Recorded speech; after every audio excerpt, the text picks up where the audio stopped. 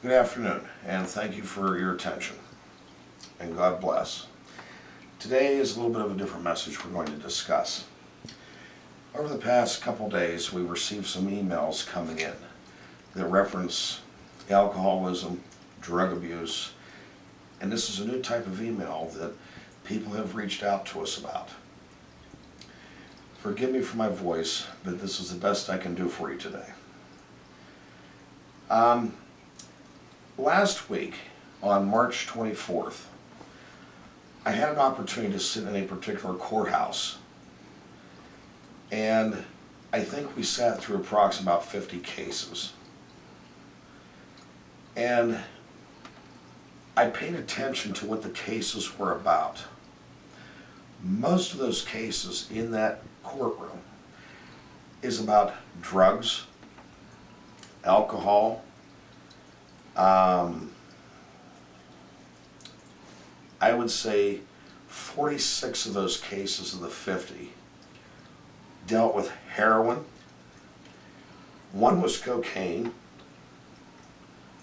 One was alcohol. So there's 48, and 2 were parole violations or failure to pay fines. Not only are our streets getting flooded with drugs today, we're now costing society hundreds of thousands of dollars in the judicial system because of drugs. I had an opportunity to speak with some folks from the courthouse.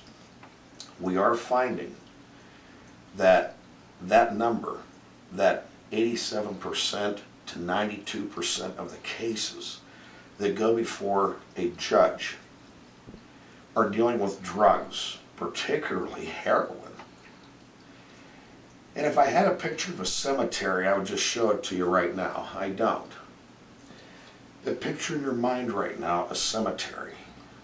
How many people have died due to drugs? Well, the statistics are alarming.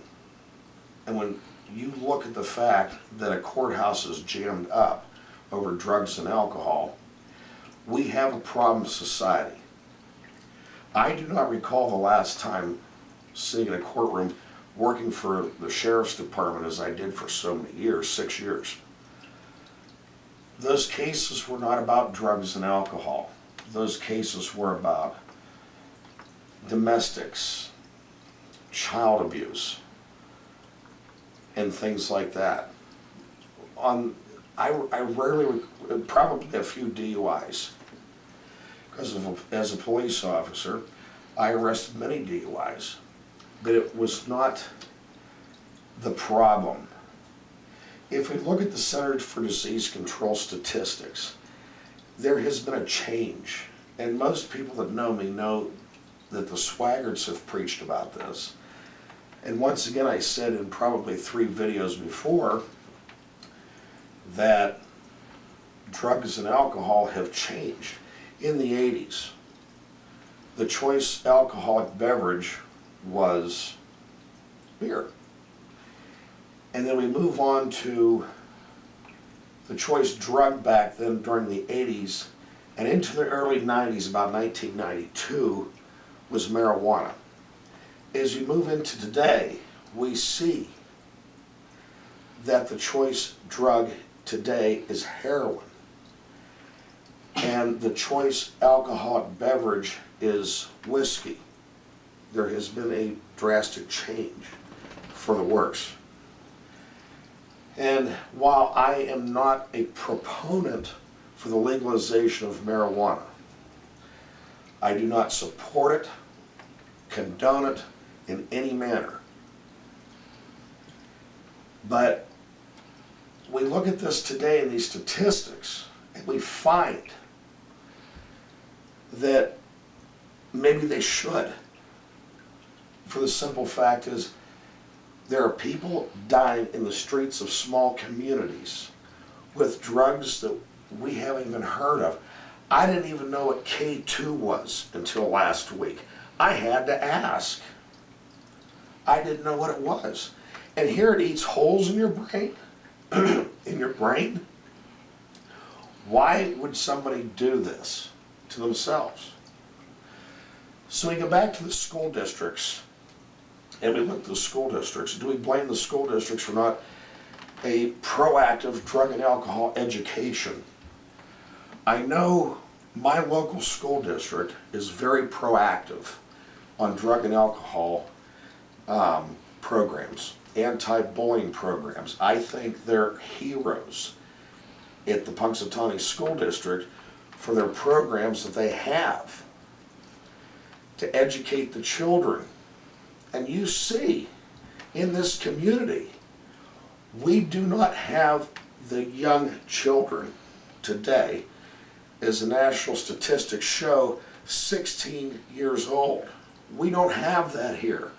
We don't have 16-year-old kids dying in our streets from heroin, because I believe they do a phenomenal job here at educating the children today. What happens when they get out of school? That's another problem. But until then, our schools and the parents have an obligation to protect the angels of Christ. Peer pressure has always been in existence in schools. 20 years ago, when I was growing up in my elementary school, we started our day off with a prayer. We did the Pledge of Allegiance, didn't we? Yes. We have people who have joined us today. The next thing is we move on through time, and they changed that somewhere to we'll now have a period of silent meditation followed by the flag salute. At least they left the flag salute in there. But a period of silent meditation. No, we kicked prayer out of public schools. Sometimes children have nowhere else to turn. That religion can't be in schools. Half the time you look around, God can't be in the school. We can't have these Bible study groups like we did when I was growing up. They're banned. That is wrong. And if you are a school board member and you tell, how could you be a school board member and vote for this? When you call yourself a Catholic, you call yourself a Christian, you show up in church every day, how can you possibly vote for this? But yet, all you Easter Catholics and Christians, weak-minded, spineless Christians, will vote for this. You'll stand before the community because of some atheist moron. You'll stand before the school board and you'll vote it out. But yet you'll turn around and go to church Sunday. I hope you're praying for your forgiveness. Your job on a school board, your job on a city council is to protect the people. You throw Christ out of a school, you are not protecting the people. You take him out of the society, you take the name off the front of the building, you're not protecting society. That sometimes is the only thing that people have to turn to. And you want to take that away because of some idiot atheist who's on a highway train to hell, and we don't care. We care about the power of the Holy Spirit. When people are in times of dire need, they turn to Christ. When people are hurting, suffering, starving, they're turning to Christ. They're not turning to the borough council. They're not turning to the school district. They're turning to Christ. And you want to take that away as elected officials. Shame on you. Bring Christ back. How can you vote it out of the school district and turn around and go to the local Catholic church? Go to the Church of the Nazarene. Go to the First Assembly of God. Go to the First Church of God and make yourself look important. I wouldn't want you in my church. That's blasphemy. While the children are running around the schools being picked on because they're fat, because they're gay, because they're blonde hair, because they're pink haired, you're letting them get bullied all across this nation. Kids are killing themselves. Not because of drugs, not because of alcohol, because this girl walked down the hallway and you called her a whore. She killed herself. She had nobody to turn to. You threw the Bible study out. You threw the youth minister out of the schools. But yet you go and call yourself a Catholic. You call yourself a Christian. The anti-bullying program in Punxsutawney works great, but we need to take it one step further and spread the word of the OAS bullying program all across the nation. That's what we have to do. We'll be back with part 2.